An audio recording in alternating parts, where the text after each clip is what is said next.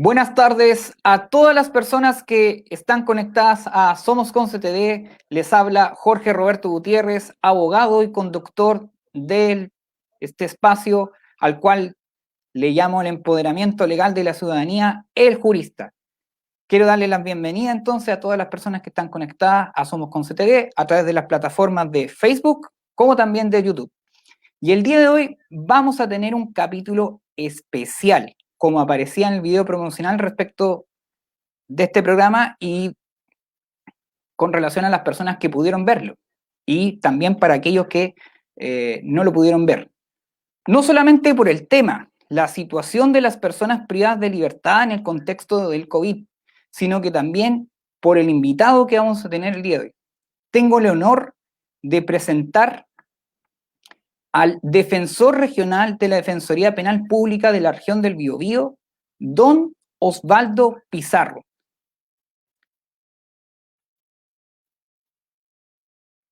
Don Osvaldo, ahí sí. De nuevo. ¿Ahora sí? Ahora sí, don Osvaldo. Muchas gracias. Bienvenido al programa El Jurista. Muchas gracias por la invitación. Buenas tardes a todos y aquí estamos dispuestos a participar activamente en la entrevista del día de hoy. Primero que nada, darle las gracias a don Osvaldo por aceptar la invitación de este caso, de este espacio. De hecho, es el único programa, quiero decirle, de índole legal del sur de Chile actualmente. Así que una buena instancia en este caso para hablar temas legales, pero con un sentido social. Don Osvaldo, antes de ya entrar con el tema propiamente tal al cual está convocado, me gustaría saber preliminarmente, como de manera protocolar, ¿cómo ha sido su situación laboral, esto de tener que trabajar en esta situación que estamos viviendo en pandemia? Trabajar en esta situación de pandemia ha sido un tremendo desafío para mí y para todo el equipo que integra la Defensoría Regional del Biobío, porque en un corto espacio de tiempo tuvimos que adecuar todo nuestro funcionamiento y continuar con el sistema de justicia criminal, prestando nuestros servicios a través de sistemas remotos, particularmente a través de los sistemas de videoconferencia, lo que implicaba un gran nivel de coordinación interinstitucional, como por ejemplo con las policías, para efectos de poder realizar entrevistas previas a las audiencias de controles de detención, con los jueces de los tribunales de garantía para efectos de poder continuar en la tramitación de las causas respectivas y con el Ministerio Público para mantener una retroalimentación constante de todos los antecedentes. Así que ha sido un tremendo desafío el implementar todas estas tecnologías y que ellas permitan de manera fluida poder permitir lo que es esencial para todo ciudadano, que es el acceso a la justicia. Ya, no, Osvaldo, de verdad, sin duda que en ese breve minuto señaló sin duda las dificultades que, bueno, han tenido todos los profesionales, en especial la institución a la cual usted lidera en esta región, y que sin duda han tenido muy buenos comentarios, han sido exitosos en este sentido. Don Osvaldo, ya vamos al tema de rigor. Y para todas las personas que están conectadas en este momento, Somos Conce TV, quiero señalar que la forma por la cual pueden participar es a través de dos medios que existe en este canal. Uno es escribiendo al muro de Facebook de Somos Conce TV o también al número que va a salir en pantalla que corresponde al WhatsApp, entonces más 569 77 25 23 40. Bueno, ese es el número, no apareció ahora, pero ese es más 569 77 25 23 40, en la cual podrán hacer consultas, sugerencias, comentarios con relación al tema que vamos a tratar. Don Osvaldo, a modo de introducción, como todos sabemos, nuestro país no está exento de esta situación que estamos viviendo a nivel mundial, que es la pandemia del COVID, y que particularmente en el caso de nosotros, el primer caso ocurrió en el 3 de marzo del presente año. Y desde ahí, en ese momento, que tanto los organismos internacionales como también de índole nacional han tratado de que se pueda resguardar de la mejor manera posible y enfrentar de mejor manera posible catástrofe sanitaria en el fondo que estamos viviendo como país. Pero, sin embargo, en paralelo, este esmero en el fondo que ha tenido las autoridades tanto políticas como judiciales, se ha dicho que no ha ocurrido lo mismo respecto a las personas privadas de libertad. Ya han llegado muchas críticas al respecto. Y en ese sentido, como una respuesta a estas críticas, el gobierno de turno, a través del presidente Sebastián Piñera, el 16 de abril del presente año estableció un indulto conmutativo que tiene la finalidad de liberar a determinadas personas que se fueron consideradas como grupos de riesgo por ser efectivamente, tener una enfermedad, en este caso, les pudieran provocar o en el fondo ser más propenso a contagiarse por COVID. En este sentido, don Osvaldo, y aquí viene ya la primera pregunta, un poco como Fernando Paulsen en la introducción. En el caso del indulto conmutativo que acabo de comentar brevemente, que ha aplicado el presidente Piñera, ¿se ha aplicado cabalmente o no? Y en particular me gustaría saber el caso que ocurre en las personas privadas de libertad en la región del Biobío. Sí, el indulto conmutativo, yo creo que hay que hacer una primera distinción. En primer lugar, respecto de las personas que están privadas de libertad, hay que distinguir dos situaciones que, procesalmente, como decimos nosotros, una de ellas está asociada a las personas condenadas, que están cumpliendo una condena privativa de libertad, y un segundo grupo de personas que está asociado a aquellos que están con un tipo de medida cautelar denominada prisión preventiva, que es una medida cautelar preventiva durante la tramitación de sus procesos y hasta antes de la dictación de la sentencia. Respecto de la ley de indulto conmutativo que afecta esencialmente a las personas condenadas, creo que fue una herramienta jurídica eficaz y que cumplió en un 100% la finalidad que era perseguida y que apuntaba esencialmente a aquellas personas que, estando en una situación con criterios objetivos, particularmente que estaban con un determinado tiempo de cumplimiento de su condena, que tenían ciertos rangos de edad, especialmente que se les sustituía o se les conmutaba la pena privativa de libertad por esta sanción de arresto domiciliario total. En la región del Biobío hubo un total de 106 personas que fueron beneficiadas por la ley. La ley dictaba inmediatamente que fuera un día viernes, el día sábado ya se habían beneficiado un total de 102 personas y de ahí al lunes siguiente habían 106 personas que habían sido beneficiadas. Y que habían aceptado en definitiva este indulto. Hubo 14 casos en particular que llamaron la atención porque fueron personas que rechazaron este beneficio del indulto conmutativo por una razón bastante simple que nosotros no nos habíamos representado, y eran personas que tenían un régimen de trabajo en sus centros penitenciarios y que con ocasión de este régimen de trabajo que llevaban por largo tiempo recibían una remuneración. Y eso significaba que de aceptar este indulto conmutativo perdían su fuente de trabajo y tenían que cumplir sus sanciones con un arresto domiciliario que les significaba un detrimento económico. Entonces, efectivamente, del total de personas, 106 fueron beneficiadas de manera positiva, se cumplió en un 100% el objetivo de esta ley.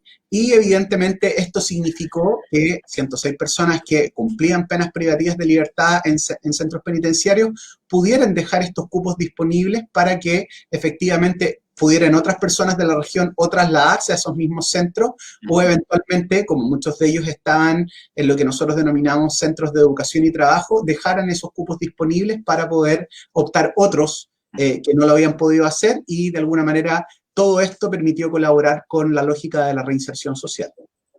Ya, que bueno, de alguna manera siempre está más allá de lo que señalan los medios de comunicación, que lo transmite en este caso la entidad que precisamente tiene que todos los días tener que defender estos casos y que sea transmitida por usted, de alguna manera es la información que mayor fidedigna en este sentido, y que siempre ha estado un poco en boga la crítica si realmente se ha cumplido o no se ha cumplido en ese sentido. Sí, correcto. De hecho, yo creo que el análisis que se hace o que debe hacerse es un análisis positivo. porque efectivamente permitió en una situación, ojo, en una situación especial, en una situación de contexto de salud pública, en una situación de pandemia, que 106 personas en la región del Biobío pudieran obtener su libertad y pudieran cumplir sus sanciones conmutativamente a través de arrestos domiciliarios totales. Y eso contribuye finalmente al objetivo de esta ley, que era que estas personas que se encontraban en grupos de riesgo, vuelvo a decir, por criterios objetivos, particularmente 60 años las mujeres, 65 los hombres, y que cumplían determinados tiempos de cumplimiento de condena, algunos 2/3, incluso la mitad, pudieran efectivamente volver a sus domicilios. Bien. Y relacionado a esto último, don Osvaldo, ¿ha habido cierto grado de reincidencia respecto a estas personas que fueron liberadas por el indulto o no? Hemos tenido un par de casos que son estadísticamente muy poco representativos dentro de este grupo de 106 personas que efectivamente volvieron a cometer un delito y que efectivamente frente a este incumplimiento los jueces han ordenado que esta pena conmutativa cese y vuelven a su cumplimiento, al cumplimiento original de su sentencia. Ya, perfecto. Bueno, como yo señalé previamente a la introducción, que han llegado críticas, no solamente de organismos, instituciones, ONG en el respecto, tanto a nivel internacional como nacional, y esto no solamente ha ocurrido en Chile, sino que en el contexto latinoamericano, por las características precisamente que tiene nuestro centro de detención al respecto y de privación. Y quiero destacar sin duda el informe emitido por la fiscal judicial de la excelentísima Corte Suprema, doña Lía Cabello, que fue emitido el 14 de abril del presente año, que sin duda que es una verdadera mapa actual de lo que es la realidad de nuestras cárceles, ni más ni menos, y que les toca más encima tener que enfrentar esta pandemia del COVID. Al respecto, don Osvaldo, quiero hacer las siguientes preguntas que precisamente se basan en este informe de doña Lía Cabello, en primer lugar. Y esto enfocándonos, obviamente, a la situación de nuestra región, de la región del Biobío. Primero que nada, don Osvaldo, ¿es cierto que existen personas, aún al día de hoy, incluso, privadas de libertad y que tengan enfermedades graves de salud, como por ejemplo diabéticos, asmáticos, mujeres embarazadas, por ejemplo? Sí, es correcto. Yo partiría en un primer lugar desde la lógica positiva. Nosotros cuando enfrentamos la pandemia abordamos particularmente tres grupos de personas. Aquellas personas que superaban los 60 años o los 65 años, según si era hombre o mujer u hombre. Un segundo grupo de personas o grupo de riesgo que eran denominados aquellas personas que tenían una enfermedad crónica, como dice usted, efectivamente enfermos de diabetes, personas con problemas del corazón, personas con VIH, personas o mujeres también con hijos lactantes, por ejemplo, que era el tercer grupo de riesgo. De ese total de personas, nosotros representábamos un total de 30. Y hubo precisamente 30 casos donde se revisaron las prisiones preventivas respecto de estas personas y efectivamente los resultados fueron muy positivos. Tanto es así que de este grupo total de 30 personas, solamente quedaron una mujer embarazada y otra con un hijo lactante en un centro de educación y trabajo, el de Punta de Parra, que queda aquí cerquita. En la sección femenina de Concepción quedaron dos personas, dos mujeres que se encuentran embarazadas y una de ellas con un hijo lactante. Y eso fue el grupo que del total de casos que revisamos, de los 30, quedaron únicamente en prisión preventiva. Todos ellos, todas las personas, ellas particularmente, tuvieron audiencias de revisión de prisión preventiva y por factores asociados a sus procesos, sus prisiones preventivas no fueron revocadas. Pero efectivamente fue un proceso de revisión exitoso de sus casos. Y hubo un caso muy emblemático, que ya no estamos hablando a nivel de imputados, sino que a nivel de condenados. Fue el caso de Nicole, de una mujer que estaba en un centro de cumplimiento penitenciario femenino en Los Ángeles. Era una mujer de 32 años que estaba cumpliendo una sanción de 3 años y un día en la cárcel de Los Ángeles, que estaba con un cáncer de nivel muy avanzado y que por razones particularmente asociadas a los derechos humanos y asociadas particularmente a razones humanitarias, uno de los jueces de Los Ángeles conmutó esa sanción por una sanción de arresto domiciliario total, permitiéndole excepcionalmente salir de su domicilio para poder trasladarse al hospital de la ciudad y poder seguir recibiendo su tratamiento. Así que en términos generales, respecto de las personas con enfermedades graves o estando dentro de estos grupos de riesgo, fue un éxito la revisión de sus situaciones. Quedando únicamente estos casos que les señalaba yo, que efectivamente por razones muy puntuales siguen manteniéndose en prisión preventiva. Don Osvaldo, y otra pregunta relativa al informe, un poco también a lo que está recién comentando. ¿Es cierto que en las celdas de las personas, o lo que usan como baño, si se puede decir como baño, etcétera, o cuando se duchan, no tienen agua, no tienen jabón, no tienen papel higiénico, o que son en definitiva implementos que uno en la casa es algo normal, pero que en las cárceles no lo tienen, y que obviamente es fundamental como una forma para poder prevenir contagiarse y de no contagiarse por el COVID? Sí, yo haría una distinción Ya. en las costumbres que generalmente se dan en los recintos penitenciarios. Uh-huh.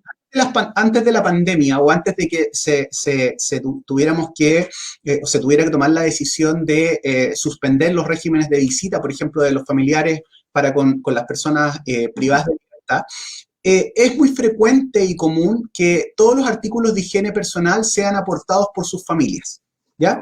Entonces, desde el momento en que por razones sanitarias se suspendieron las visitas, ¿ya? Tuvimos esta necesidad. Y frente a esta necesidad, en general, Gendarmería proporcionó, con las demoras del caso, porque evidentemente que todos los insumos se hicieron escasos en un determinado momento por la alta demanda que enfrentaron, y considerando que además son instituciones públicas que deben recurrir a los procesos de compra formales, se iniciaron los procesos de entrega de los elementos básicos, como esencialmente a través de los profesionales asociados a lo social, a lo que era jabón y los implementos básicos. Pero hubo así todo un grupo de personas que no pudieron acceder a ello porque precisamente las familias se encontraban con la imposibilidad de concurrir, no solo porque tenían dificultades para desplazarse, sino que recordemos particularmente que las comunas de Hualpén, las comunas de San Pedro, quedaron sujetos a cordones sanitarios, lo que les impedía poder concurrir a los recintos penitenciarios e incluso a entregar lo que se denomina normalmente como las encomiendas o los productos básicos que les entregan las familias ya no en un caso de una visita, sino que en modalidad de encomienda. Frente a esa necesidad y la concurrencia de nosotros a los diversos recintos penitenciarios, pudimos a través de una campaña solidaria que denominamos la Bolsa Solidaria, poder recabar una serie de insumos básicos asociados a la higiene personal, que se tradujo esencialmente en 109 bolsas solidarias que permitieron subsanar en parte esta urgencia que se requería.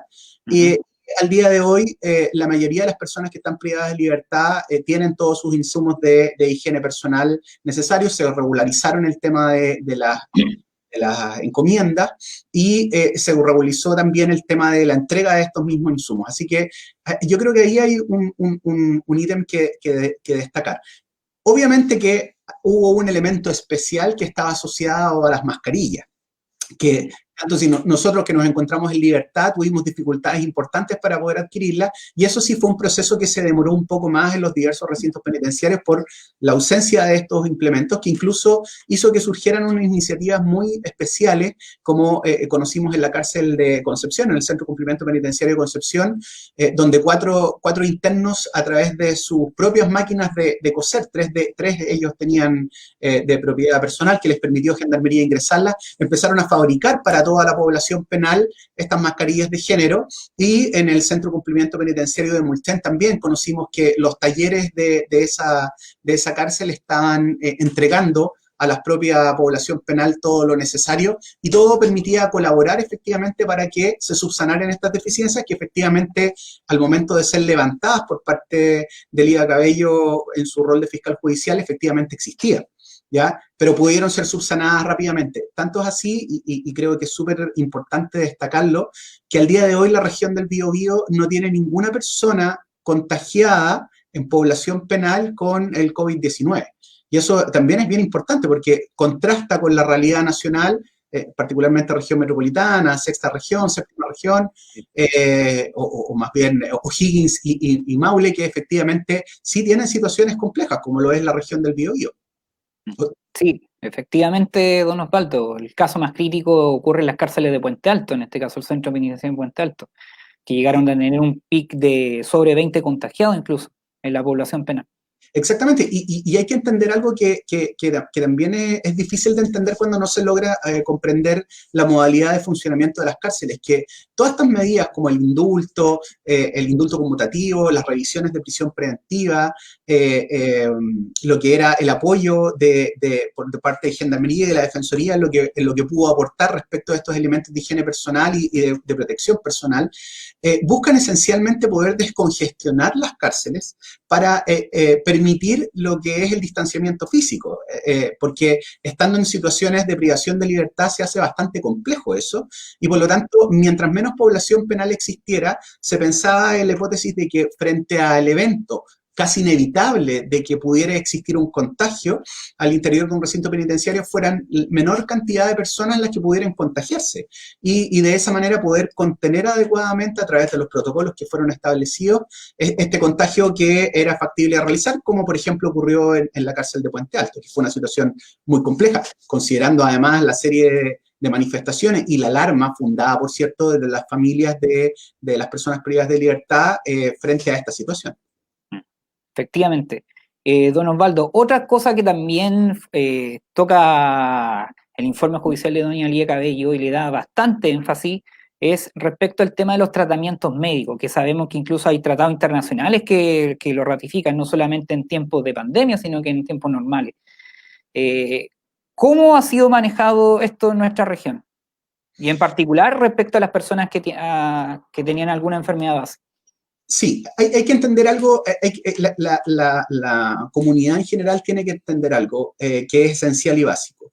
Cuando una persona es privada de libertad, es privada de solo esa garantía constitucional, de su libertad. Y el derecho a la salud y la dignidad o el trato digno de esa persona no se suspenden ni se interrumpen por el hecho de que una persona esté privada de libertad. En ese sentido, frente a situaciones como la necesidad de requerir atenciones médicas, estas se continuaron prestando para aquellos que son pacientes crónicos o personas que permanentemente requieren atenciones de salud, ya sea a través del traslado temporal de estas personas o diario de estas personas a los diversos recintos de salud que existen en la región, o en su defecto, para aquellos que son recintos de salud más grandes, de recintos penitenciarios más grandes, como lo es la cárcel de Concepción, a través del hospital penitenciario, que cuenta con un staff de profesionales para poder atender este tipo de requerimientos. Ahora bien, frente a la situación especial de que hipotéticamente alguien pudiera ser contagiado por el COVID-19, se establecieron anticipadamente ciertos protocolos. Y estos protocolos significaban esencialmente que, de acuerdo a la eventual gravedad o compromiso de salud de una persona contagiada, pudiera ser tratado o a través de los mismos recintos penitenciarios, o en su defecto tuvieran que salir necesariamente a los servicios de salud pública para poder ser atendidos como corresponde. Gracias a las gestiones adecuadas y también gracias finalmente a la suerte que hemos tenido, hasta el día de hoy no tenemos ninguna persona contagiada. Incluso hubieron profesionales de gendarmería o personal de gendarmería que resultó contagiado porque evidentemente se encontraban en contacto con familiares o con otras personas, y pese a la existencia de esos contagios, los protocolos y las medidas internas de salubridad permitieron que estos no fueran, la población penal no se contagiara. Así que creo que hasta el momento hemos tenido un proceso exitoso de cuidado y esperamos que eso se siga manteniendo así. Don Osvaldo, como última pregunta relativa al tema del informe, probablemente dentro de las cosas que fueron muchas críticas que señaló doña María Cabello, probablemente lo que más marcó en los medios de comunicación, incluso a nivel tradicional, y que fue remitido incluso por video a través de manera institucional por el Poder Judicial, fue la crítica que hace doña María Cabello, incluso puede seguir respecto a otro informe de los fiscales judiciales anteriores, del tema de los hacinamientos de las cárceles. Sí, correcto. Sí, efectivamente, yo creo que el concepto de hacinamiento es un concepto bastante crítico. Las cárceles, todas las cárceles están hechas en términos generales para una población determinada. Por ejemplo, si solo voy a aventurar una cifra, pero si el Centro de Cumplimiento Penitenciario de Concepción está hecho y está construido para 1.100 plazas, es decir, para que 1.100 personas tengan o cumplan su privación de libertad en dicho centro. Se habla de un concepto de sobrepoblación cuando la cantidad o el margen o el delta de personas, imaginémonos en la cifra de 1.000, que es más simple de comprender. Cuando llegamos, por ejemplo, a un nivel que no supera el 20%, es decir, hasta 1.200 personas se habla de sobrepoblación penal. Y cuando hablamos o cuando queremos hablar del concepto ya no de sobrepoblación, de hacinamiento, se está hablando de más del 120%. Creo que ninguna cárcel debería tener más de la población penal para la cual fue construida, ¿ya? Y eso, lamentablemente, a nivel país no ocurre. No ocurre y es conocido, es un tema complejo que no solo afecta la dignidad de la persona que está privada de libertad, no tener su espacio físico adecuado para estar encerrado casi 24 horas al día, porque se regulan las rutinas entre poder salir un poco al patio y después estar privado de libertad, pero hay un tiempo importante de la jornada del día en que la gente está privada de libertad. A modo de ejemplo, por ejemplo, la gente privada de libertad, su última comida la tiene a las 5 de la tarde y después hay un desencierro cerca a las 10 de la mañana. Es decir, desde las 5 de la tarde hasta las 10 de la mañana al día siguiente, evidentemente son muchas horas de privación de libertad. Y cuando no se encuentra o no se tienen los espacios adecuados, evidentemente que ya sea por sobrepoblación o hacinamiento, se producen una serie, no solo en calidad de vida al interior de los recintos, sino que se producen una serie de problemas de seguridad, evidentemente. Lo que nosotros normalmente denominamos nuestro espacio vital, nuestro espacio propio donde uno no se siente incómodo, eso hace que se generen una serie de situaciones muy complejas al interior de los recintos, sumado a ello a que si una persona se enferma, la transmisión de la enfermedad es casi inevitable y así sucesivamente una escalada de problemas. Entonces, evidentemente que Chile y la población, los recintos penitenciarios de Chile tienen problemas de sobrepoblación y de hacinamiento, sí, efectivamente eso es así. Hoy día podemos decir que eso no ocurre. Y no ocurre porque gracias a las gestiones de la defensa y la favorable acogida por parte de los tribunales de justicia en la región del Biobío, fueron casi 400 personas las que lograron obtener su libertad finalmente, sustituyéndose sus medidas cautelares o a través del indulto conmutativo. Y eso permitió descongestionar sustancialmente los diversos recintos penitenciarios que existen en la región del Biobío. Incluso es más, podemos señalar que frente al cierre de la cárcel de Coronel, que uno podría pensar que el cierre de una cárcel es una situación compleja, esta se hizo en términos muy pacíficos, con mucha voluntad, tanto de gendarmería como por parte de las personas que se encontraban en esos recintos penitenciarios, que fueron acomodadas en las diversas cárceles de la región, y de esa manera podemos sostener hoy día que no existen las condiciones ni de hacinamiento de sobrepoblación, pero también entendemos claramente que la tendencia siempre es a que la prisión preventiva es utilizada como una pena anticipada y probablemente esto va a volver a ocurrir. Por ejemplo, nos ocurrió para el estallido social y es un tema que resulta ser cíclico en general dentro de los sistemas de justicia. Y eso nos preocupa, por cierto. Efectivamente, o sea, para todas las personas en este caso, y que incluso yo voy a tocar al final de este programa, la prisión preventiva tiene como finalidad asegurar las actuaciones del procedimiento. No es una pena anticipada, pero muchas veces se confunde y se utiliza como esa herramienta, como una especie de ley del talión institucional, lamentablemente. Así es, correcto.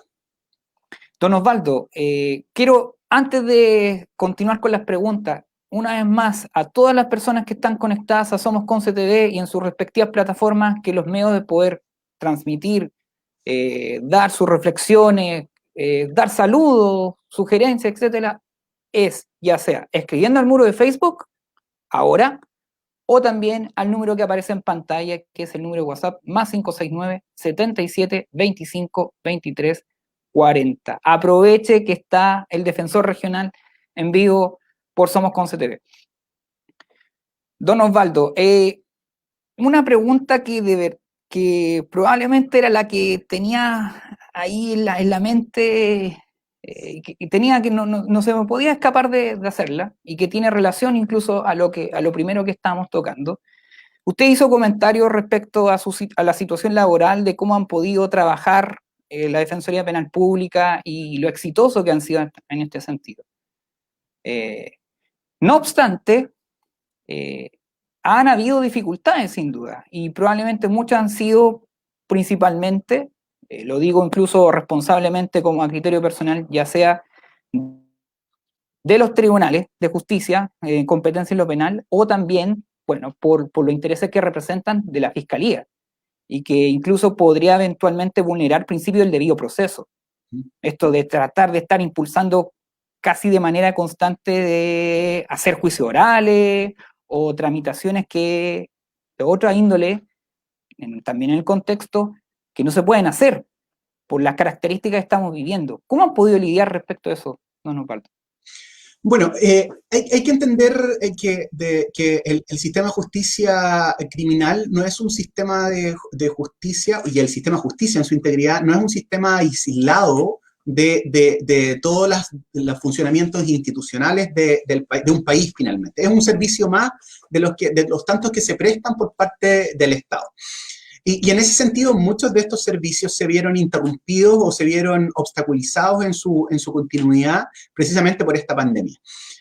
Pero como el sistema de justicia criminal no puede parar, es un sistema que funciona 24/7, tuvimos que rápidamente todos los intervinientes ponernos de acuerdo en el funcionamiento.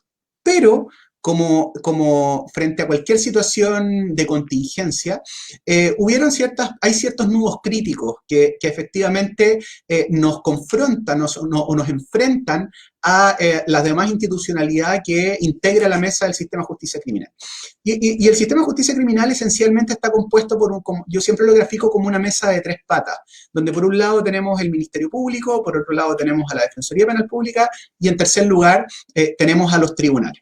¿Y por qué los nombro a ellos? Porque casi el 96% de las causas criminales son absorbidas por la Defensoría Penal Pública, quedando un grupo de un 4% normalmente en la región para la tramitación de los abogados particulares. Entonces, dentro de este sistema de justicia, que particularmente está representado por tres instituciones, hay una piedra de tope o hay un nudo crítico que está asociado a lo que denominamos los juicios orales, ¿ya?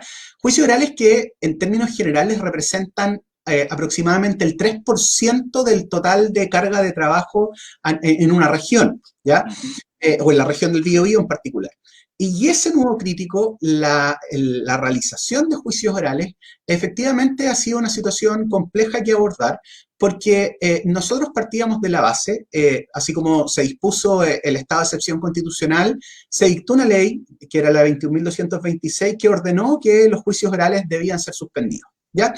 Y efectivamente así ocurrió en un primer momento, en el primer trimestre, por así decirlo, de la pandemia, donde todos los juicios orales se suspendieron y siguió el sistema funcionando a nivel de jueces de garantía, no a nivel de tribunal oral, sino que a nivel de jueces de garantía, e inclusive la Corte de Apelaciones de Concepción, de manera muy adecuada, muy correcta, permitió seguir sustanciando todos aquellos procedimientos urgentes. Ejemplo, los controles de detención y todas las causas relevantes o importantes como causas de menores de edad, adolescentes, violencia intrafamiliar, que eran tips o materias que efectivamente contenía la ley 21.226 como de situación excepcional.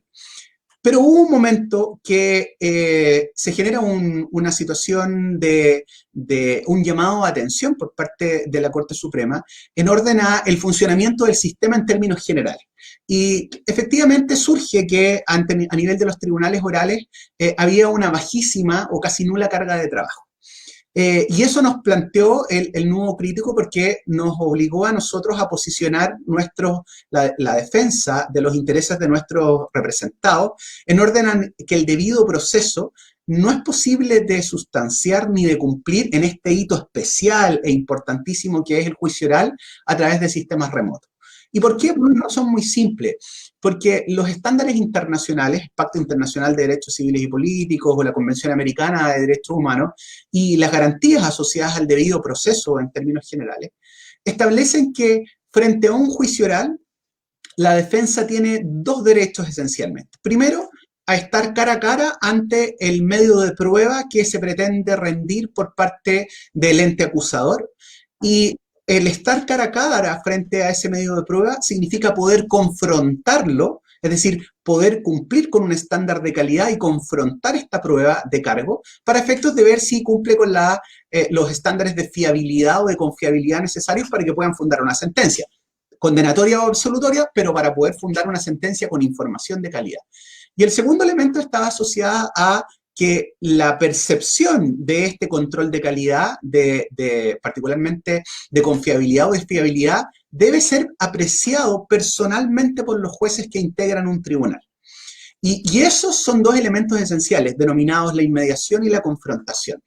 Y eso, evidentemente, que a través de los sistemas remotos no se cumple, ¿ya? Y por lo tanto, algo que nosotros planteamos desde un principio es que no es posible realizar juicios orales contra la voluntad de un imputado y contra la voluntad de un imputado al cual quiere que se le resguarden sus derechos constitucionales y particularmente su debido proceso. Eso es sin perjuicio que puedan existir situaciones especiales donde los imputados, por las características del caso, por la complejidad de su causa o por el tipo de personas que intervienen, por ejemplo, los tipos de testigos que pueden intervenir, testigos que se han denominado malamente, pero se han denominado institucionales, por ejemplo, o que no exista prueba por parte de la defensa, de que es un juicio de más fácil tramitación. No deja de ser adversarial o confrontacional, ni se puede renunciar a la inmediación, pero por las características especiales y particularmente la voluntad del imputado, es posible de realizarlos a través de este sistema. Pero eso es una situación excepcional. La regla general es la confrontación y la inmediación, que son parte integrante de esta garantía constitucional, y yo creo que en general, y este es un mensaje para la comunidad, es muy importante entender que los juicios orales, más allá de poder considerar a la defensa como un obstaculizador de un sistema de justicia o que quiere, como se ha dicho, trancar la pelota en el sistema de justicia, no pasa por eso. Pasa porque cualquier tipo de sentencia que se quiera dictar en términos legítimos, ¿ya? Dentro de un Estado de Derecho, que a todos nos beneficia, debe contener o debe tener como fundamentación información confiable y fiable. Y precisamente los sedazos de control, de inmediación y confrontación son filtros muy, pero muy importantes para poder considerar que una sentencia tiene información confiable y fiable para poder ser dictada legítimamente. Y aquí vuelvo a reiterar, esa legitimidad pasa porque puede ser una sentencia condenatoria o absolutoria. Sí, nadie establece lo contrario. A nivel de datos, a nivel regional, por ejemplo, el 50% de las sentencias son condenatorias. Y está bien que así sea. Lo importante es que la información que haya fundamentado esa sentencia sea información de alta calidad, muy fiable, muy confiable, y eso permite sostener un Estado de Derecho. En definitiva, y que en el contexto que estamos viviendo, en que todo se cuestiona, la ciudadanía está mucho más exigente, sin duda que esas cosas hay que defender la rajatabla. Yo lo digo así, claramente. Independiente de que la ola esté muy, muy encima de nosotros, pero hay que defender la rajatabla. Y esa es la labor precisa. Correcto. Absolutamente, y no solo comparto un 100% de su opinión, sino que además así nosotros como Defensoría Penal Pública lo hemos hecho, recurriendo a cada una de las instancias jurisdiccionales que la Constitución y la ley nos franquea. Hemos ido al Tribunal Constitucional, hemos ido a la Corte Suprema, a la Corte de Apelaciones de Concepción, ante los mismos tribunales respectivamente a través de los incidentes que se tramitan dentro del mismo proceso y que son resueltos ante los jueces, y vamos a seguir agotando cada una de las instancias que sea necesario para poder defender el derecho a ser juzgado dentro de las reglas del debido proceso, que es consustancial a cualquier tipo de sentencia. Don Osvaldo, para cerrar, de verdad ha sido un gusto poder compartir con usted, como lo señalamos previamente, incluso antes de comenzar el programa, de conocerlo, porque no tenía la oportunidad de compartir con usted, pero como es este programa El Jurista, que es un programa de sentido social, pero también un sentido crítico. Don Osvaldo, ¿usted considera que las personas que han estado privadas de libertad y en el contexto del COVID, y no me refiero solamente a las personas que tienen alguna enfermedad base y que son los denominados grupos de riesgo, sino que en general, han sufrido violaciones de derechos humanos de parte de los agentes del Estado? A ver, yo quiero aclarar algo aquí. Ujú. La, perdón, la privación de libertad, en la medida que sea decretada por un órgano competente, un tribunal, y sea cumplida por parte sea respetada esta privación de libertad conforme a estándares de dignidad y de respeto de las otras garantías constitucionales, Ujú. no es ilegítima. Y no significa ella que esta se transforme en una situación reprochable, porque efectivamente el Estado de Derecho así lo plantea, y es una medida, como se dice, el derecho penal es el de última ratio, de última aplicación. Bueno, es tan extremo que la sanción máxima es la privación de libertad, y en la medida que estas privaciones de libertad durante el proceso sean conforme a la ley, están legitimadas por nuestro Estado de Derecho. Y esas son las reglas del juego. Ahora, ¿qué es lo que ocurre? Que cuando nos enfrentamos a privaciones de libertad que son decretadas por un tribunal con falta de fundamentación en sus resoluciones, cuando hay privaciones de libertad que carecen de proporcionalidad, porque existen otras medidas cautelares que puedan asegurar igualmente las finalidades del procedimiento, evidentemente que esa privación de libertad se torna en injusta. Y al tornarse en injusta, consecuente con ello, se priva de libertad a una persona no existiendo ni causal de legalidad ni fundamentación adecuada o existe proporcionalidad adecuada. Y evidentemente que nuestra ley franquea las posibilidades de recurrir a través de revisiones de prisión preventiva ante los mismos tribunales o a través de recursos de amparo para poder revisar estas situaciones. Ahora, lo que a nosotros sí nos preocupa es que es lo que usted comentaba muy acertadamente, que tiene que ver con la presunción de inocencia y la instrumentalización de la prisión preventiva cuando ésta se transforma en una condena anticipada. ¿Ya? Y sin ir más lejos, solo a modo de citar algunas cifras, el año pasado, 3.652 personas aproximadamente enfrentaron la justicia y terminaron siendo absueltas o sobreseídas, lo que representa un 15% del total de los términos que tuvimos el año pasado. Hubo 147 personas que estuvieron privadas de libertad siendo inocentes. Es decir, que no es una cifra baladí, no, es una cifra relevante, porque efectivamente el que la persona se le decrete su privación de libertad para que finalmente esta persona no cumpla con una pena privativa de libertad, resulta ser un contrasentido. Y esto no lo decimos nosotros solamente como Defensoría Penal Pública. Hay estudios que demuestran efectivamente lo nocivo que es que una persona de ciertas características, particularmente aquellos que no tienen ningún tipo de contacto criminógeno, que nunca han tenido un contacto con los sistemas carcelarios, ingresen a los recintos penitenciarios, porque efectivamente eso hace muy mal, porque permite eventualmente adquirir malas prácticas, permite adquirir conductas inadecuadas que posteriormente al obtenerse su libertad son replicadas sin perjuicio de todos los trastornos que para la misma persona privada de libertad y su familia significan. E incluso es más, vamos más lejos. Hay estudios sociológicos que demuestran que cuando una persona es condenada, la posibilidad de que esta condena, cuando es decretada en libertad versus es una condena privativa de libertad, los porcentajes de reincidencia se disparan sustancialmente cuando esta persona ha cumplido una condena privativa de libertad. Porque vuelve y los porcentajes suben sustancialmente en cuanto a los niveles de reincidencia. Entonces, evidentemente que la rehabilitación y la reinserción social son temas que deben estar en la base en una sociedad. Y evidentemente que hay que buscar las maneras de cada día de poder perfeccionar esta línea de reinserción social para que las personas que eventualmente cometen un delito y tienen que enfrentar el sistema de justicia como corresponde y deban ser sancionadas después de una sentencia legítima, tengan la posibilidad de tener un aparataje que les brinde reinserción adecuadamente para mitigar de la mejor manera posible, nosotros todos como Estado, los efectos perniciosos de una privación de libertad en el evento que eso sea requerido. Y lo otro que hay que entender también es que existe una presunción de inocencia y eso significa que la persona debe ser tratada como inocente hasta que no se logre acreditar lo contrario a través de una sentencia que se dicte en un juicio propiamente tal. Entonces, nos preocupa los niveles de privación de libertad, de prisión preventiva cuando se dan anticipadamente, porque es un tema que está en términos generales establecido en el sistema de justicia penal. Y de hecho Chile ha alcanzado niveles de prisionización, llegando a ser casi el segundo país a nivel latinoamericano. Es decir, cuando se mide la cantidad de privaciones de libertad por cada 100.000 habitantes, Chile ha llegado a estar en el segundo lugar después de, por ejemplo, Estados Unidos. Entonces, evidentemente que cuando se hablan de conceptos como la puerta giratoria o que el sistema de justicia es garantista y todo, la estadística, el dato puro y duro demuestra absolutamente lo contrario. Bueno, precisamente,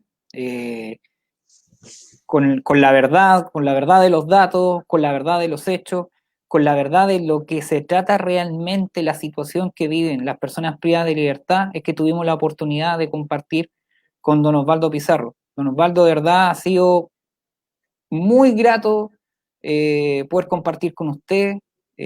Sinceramente, estoy agradecido en lo personal, además. Ha sido una verdadera cátedra que ha tocado. Un poco me hizo recordar mi épocas de estudiante, aunque no lo crea por mi cara, ha pasado un buen tiempo ya respecto a eso. Así que, Para todos. y de verdad darle las gracias nuevamente y si es posible a lo mejor tener la oportunidad de poder participar con ustedes como invitado nuevamente. No, absolutamente.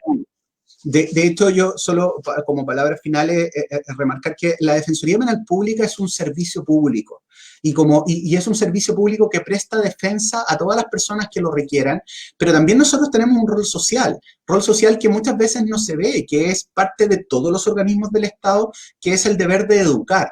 De entregar nuestro conocimiento específico en términos simples, en lenguaje claro, para que todos los ciudadanos puedan entender que estamos inmersos dentro de un Estado de Derecho y cuáles son las consecuencias de estar inmersos en un Estado de Derecho, las que nos gustan y las que no nos gustan, ¿ya? Y poder entender eso es esencial para que todo ciudadano adecuadamente adquiera mayores niveles de educación y pueda entender e informarse frente a una situación especial en la que pudiera verse envuelto o pudiera eventualmente enfrentar. Así que 100% de disposición, don Roberto, para cualquier tipo de entrevista o entregar contenido a la comunidad, porque es parte de nuestro rol y estamos siempre dispuestos a poder cumplir con eso.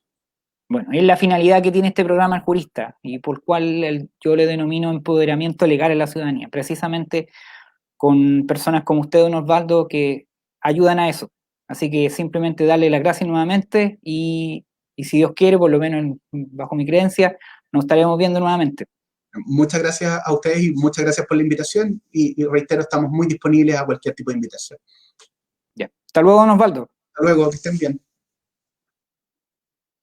Bueno, sin duda que ha sido una grata conversación con el invitado, que es el defensor regional de la Defensoría Penal Pública de la región del Biobío, tratando un tema que es sumamente sensible, que es poco popular en la ciudadanía, pero hay que entender, son personas, como las personas que están viéndonos en pantalla, a través de Facebook y de YouTube. Y para cerrar, quiero tocar un tema que precisamente está en relación a lo que estuvimos hablando y que está en boga cada cierto tiempo, que dice relación con la prisión preventiva. Bueno, primero que nada, ¿qué es la prisión preventiva? Pasemos a la siguiente lámina. La prisión preventiva, y como lo dijo bien don Osvaldo, no es una pena anticipada, no es un amedrentamiento ciudadano, es una medida, en este caso cautelar personal. ¿En qué consiste esto? A modo de introducción, en el año 2000, nuestro país estableció una reforma procesal penal, en la cual cambió nuestro procedimiento, que tenía un sistema inquisitivo, en la cual el juez era parte y también quien resolvía, a pasar a un sistema acusatorio, que es el cual estamos actualmente, en que existe un tribunal, una entidad que investiga, que es el Ministerio Público, y la defensa. ¿Ya? Y además está la participación de abogados que de manera privada pueden representar ya sea a la víctima como abogados creyentes o también de manera complementaria también a la defensa pública como defensor privado, en la cual ahí suplen a la labor del defensor público. Y en particular, con relación a las medidas cautelares, estas tienen como finalidad asegurar las actuaciones del proceso, los fines del procedimiento. Eso es una medida cautelar, la cual en nuestra legislación, en específico Código Procesal Penal, establece medidas cautelares personales y reales. Cuando me refiero a personales, son aquellas en las cuales se priva de libertad a la persona, y reales cuando se privan de ciertos bienes. Y dentro de las personales, por ejemplo, está la citación, la detención, la prisión preventiva es la más gravosa de todas. Pasemos a la siguiente lámina, por favor. ¿Qué es la prisión preventiva? Existen muchas definiciones de esta medida. Aquí yo destaco la del profesor Aguilar Bailey y señala que se entiende por prisión preventiva como una medida cautelar personal de carácter excepcional procedente una vez formalizada la investigación.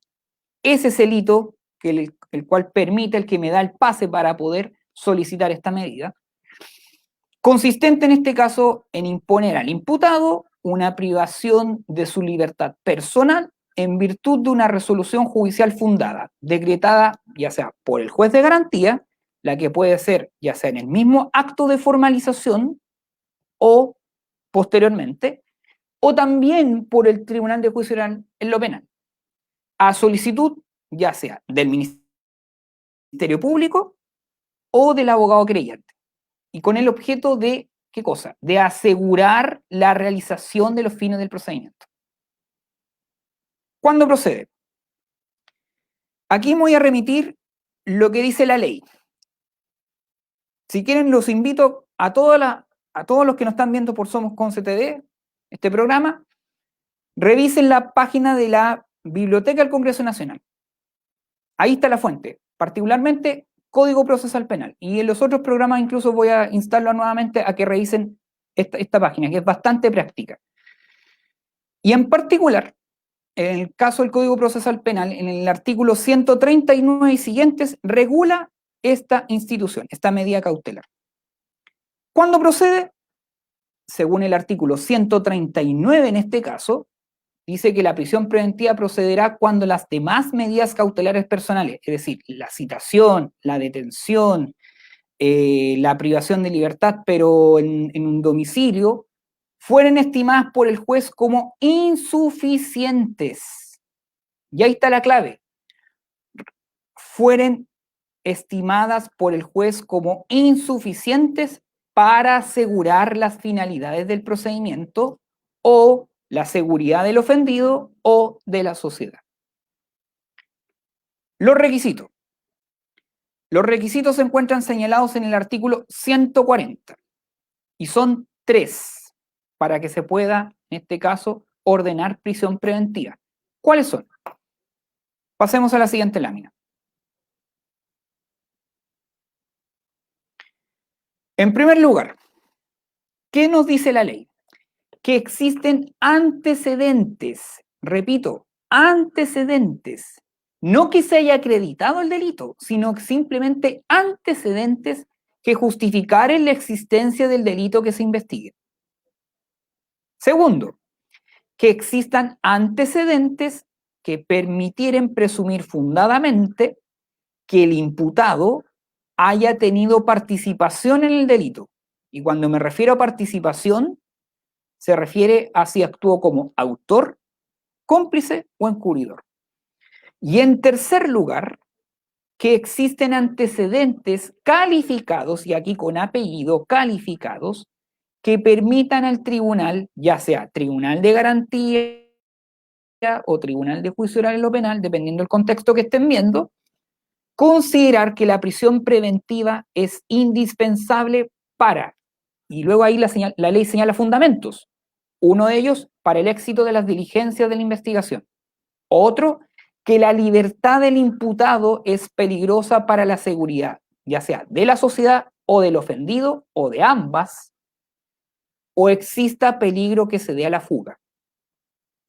Por ejemplo, aquí voy a tener que citar lo que ocurrió con el caso de que está en boga, que se dio en el juzgado de garantía de Temuco, que es el caso del imputado Martín Prudenas Dur, al cual fue formalizado en este caso por 2 delitos de violación y 3 de abuso sexual.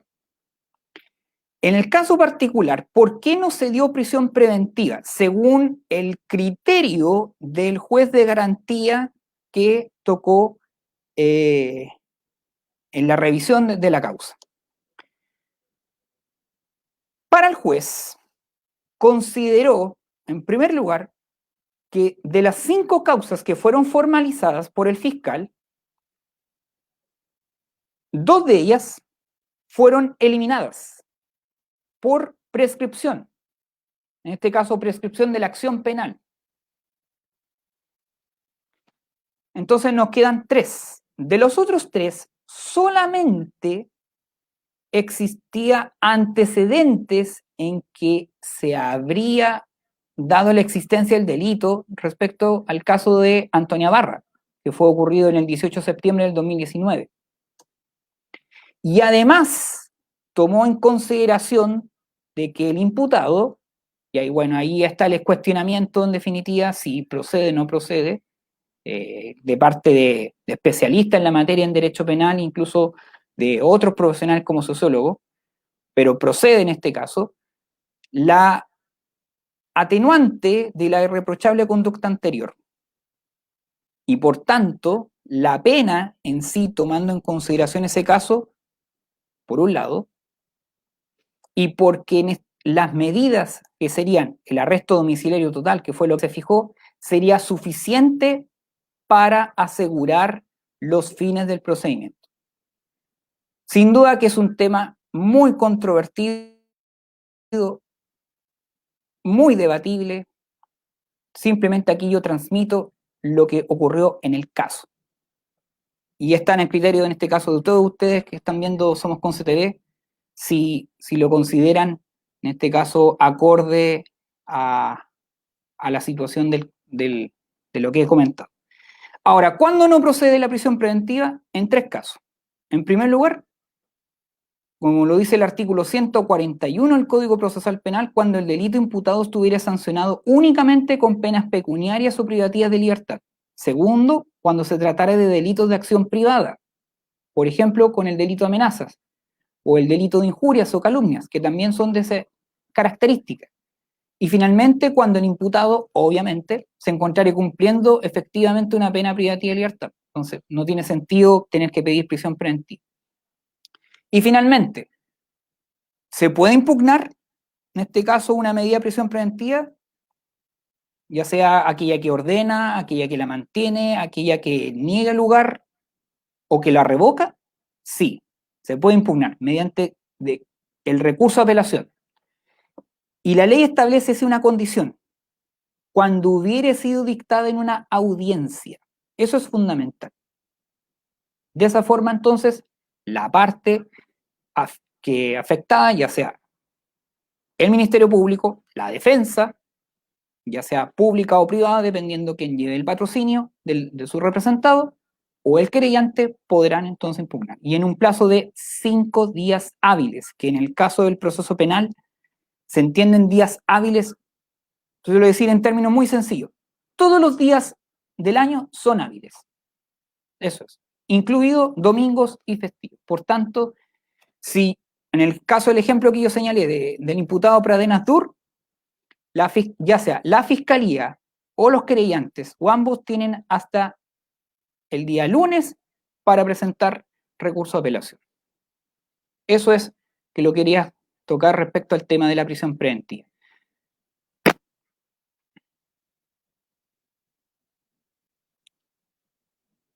Bueno, señalar finalmente que Somos Conce TV es un canal que ha ido creciendo día a día, y no solamente en este programa, sino que también en los otros programas que tenemos en parrilla. En primer lugar, nuestro amigo Emanuel Fernández, Emma Fernández, con su programa Apaga tu alarma, de lunes a viernes desde las 7:30 a 8:30 horas, la nueva alternativa de matinal, al cual yo los invito a ver, de verdad.